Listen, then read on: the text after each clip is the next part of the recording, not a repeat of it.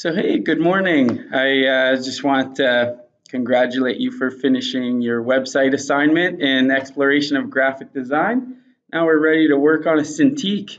So, as you finish the website and have included all of the assignments that we've done throughout the semester, I'd like to introduce you to a bit of digital art. And we're lucky enough to have these Cintiq monitors. And the first thing I would like to mention about a Cintiq, it may be a little bit small to see on the bottom right little thumbnail in our video here, but I'll show you a few features on the Cintiq before we jump into Photoshop and work with the digital art file that I've given you. So this is a Cintiq monitor, and I don't know if you'll see here, but there are paddles on the side. If you wrap your hands around the edges of this monitor, you can pull in those paddles and lay down the monitor and pull it back up to adjust it to the right level or angle that you'd like to work at. So that's super nice. These monitors also rotate. Just be careful because they're fragile. It's a digital device, so be careful with it. They're worth quite a bit. It's in fact the same devices that some Disney animation artists will work on, and many other firms. So let's dig into this. I've got a stylus here, which allows me to like digitally do the art on the monitor. So a lot of artists will use a hand-rendered drawing or draw it on the monitor and then just move on from there. So I'll jump into Photoshop. The way you can get it is by, I'm going to minimize my screen. I would go to the Windows key on the bottom left, and you can scroll up and down and find it in the list of programs on your computer, or you click on the little search window and type in Photoshop, and it'll come up. Click on it, and I've got it loaded, but if it hasn't been loaded, it'll take a few moments to come up. And here's the file that I've downloaded already. Now it's in our Google Classroom. I'm going to show you where to get it. Open up a new tab, go to the classroom, and it's as simple as right-clicking on the file and downloading it. So I'm going to demonstrate that, and I've got coloring Batman. Here's the before and after, what it should look like. You can change the colors too. It doesn't have to stay blue and green. There's the extra preview. And I even included a Pixlr file. So if you want to explore Pixlr, I would welcome you to. Although my personal favorite is working in Photoshop. Okay, so the file you would like to download is the Photoshop file. Okay, it's the second link here. Right click, open link in a new tab. And open a new tab, okay? Download it. Now this is going to go to your downloads folder. And I'm making sure it's downloading here. I think it's good. I can open it directly from here. That works. If you close this window, okay, note that there will be a folder at the top left on your desktop with your name. If you double click it, I'm going to just do Control N. So for a new window, Control N, there it goes. That's the shortcut for a new window on a desktop, by the way. And go to my downloads. And here's the file. Digital art before and after. I'm going to double click it. Here, I just opened it again. I'm going to close my other tab. And let's run through the layers here. So your layers will look like this. I'm going to arrange my workspace to Essentials. Windows, Workspace, Essentials, Reset Essentials. So your workspace should look like this. Okay, and first thing I like to do is drag my layers panel outside because I'm going to be working with many layers. And if there are hidden layers, there's a little grayed out bar here. You can click, drag it down, and reveal everything that I've set up. First thing to know is that the paint color is here, okay? Simple, paint all of your colors. First step I would take is double click on my color swatch or a single click and select colors that I would like. Now often what I do is, oh, excuse me, ooh, excuse me, and I would just take my cursor and select a color from my canvas. Okay, I often use that tool, and if I want this blue, for example, I'm going to select that blue, click OK, and I've got the brush selected here, and the brackets, the right bracket on your keyboard will increase the size of your brush, see, like this, or decrease it to be smaller. To undo is Control Z. To multiple undo is Control Alt Z. Okay. And I know I'm using blue because I've got it in my color swatch. I could add a secondary color by, I'm going to cancel this, by clicking the little arrow, and I could use the green as my secondary color. Okay. And I can click back and forth here to get green or blue. So now I'm ready to use my stylus to zoom in. Go Control plus, space bar to pan, and I can start painting in some blue. And you'll notice it's underneath the lines because I've got a lock layer called line art, and leave it locked. Don't unlock that layer. Just because if you unlock it, then it'll move around on you and may confuse you. You can unlock it by double clicking on the lock icon, but I wouldn't recommend it just because this file's been set up for you, just so it makes it easier. Because for most chances, this will be the first time you get a chance to work in Photoshop. And now this is the fun part, everyone. Like, what I would do here is just spend my time coloring in the areas that I want. I'm going to use my right bracket to make this brush bigger. Another way to make your brush bigger and go into brush settings is by going into, you can change the style of brush.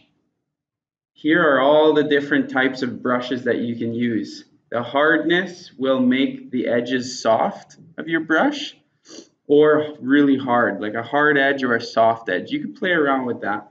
And this is the size. And you can even play around with the angle of your brush. Now let's say if I use this, for example, it'll mimic like a paintbrush. So watch, I'll do an example, and it even does nice streaks. And as you go over and over, it mimics like a paintbrush. So lots of cool effects you could play around with there. Undo that. The multiple undo is Control Alt Z.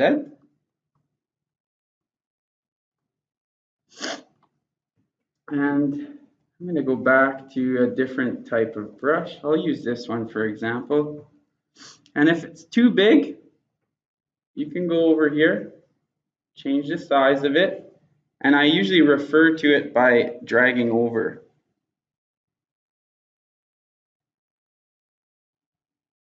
If you want to keep things simple, you could also, for me right now, I'm just going to use a normal circular brush. Hold space bar to pan.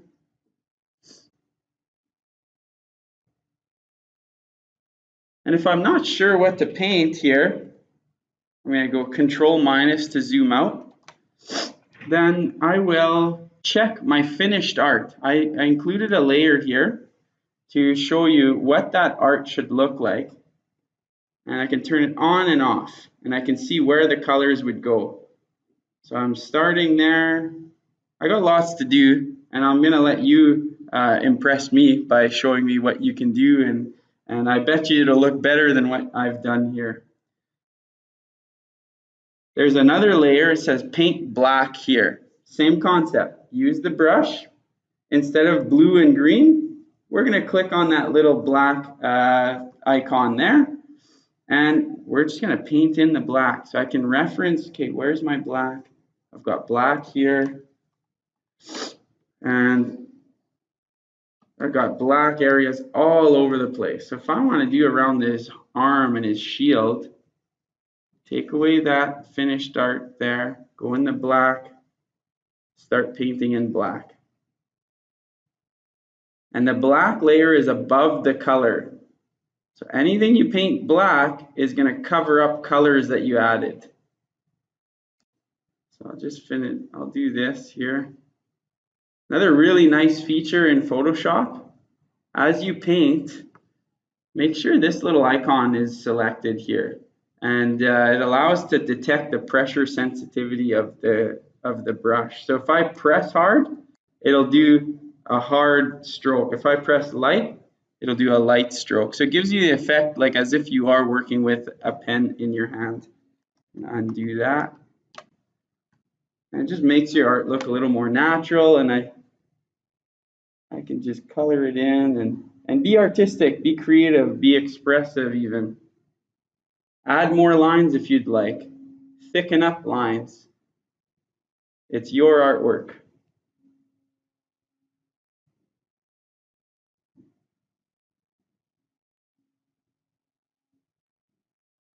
Okay, so I'm going to stop there. And you can turn those layers on and off. So essentially what I've done is this. So I've got my color layout, my colors, which are blues and greens, and then I've got blacks. And then on top of that, I've got my line art. And on top of that, I've got glows. Okay, and so in the example that I've given you, there are glows in there. There's 3 glows there. I'll do that example to show you. Zoom in, Control plus, zoom out, Control minus, pan, hold the space bar. Those you'll use constantly.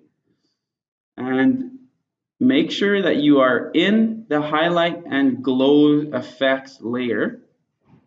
What I would do is pan over, okay, use my eyedropper tool, okay, or color picker, sorry.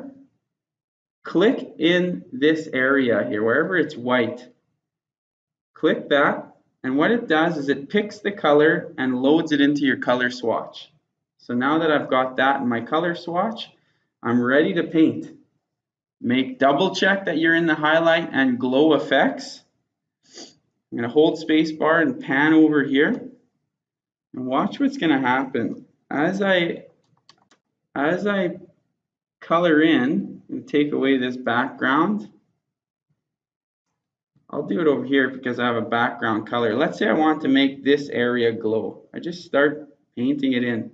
See that? So the reason it's doing this is because you can add layer effects or layer styles. And so what I did is I set up a layer style for it to glow. So if you were to click on this little effects, double click on it, there's an outer glow button, and these are the settings that I've set for you. If you want to play around with them, you're welcome to it. Otherwise, you could just use that layer, make sure you use the white color, and it'll create that glow effect, like as if there was illuminated light coming in from behind. And always, always save, okay? As I work, I hit Control S all the time, every few minutes, Control S, just to save, because you don't want to work hours on a project and then find out that, oh, the computer crashed or I lost it. So let's say I worked for hours and this is what I've got. I would save it by going File, Save As.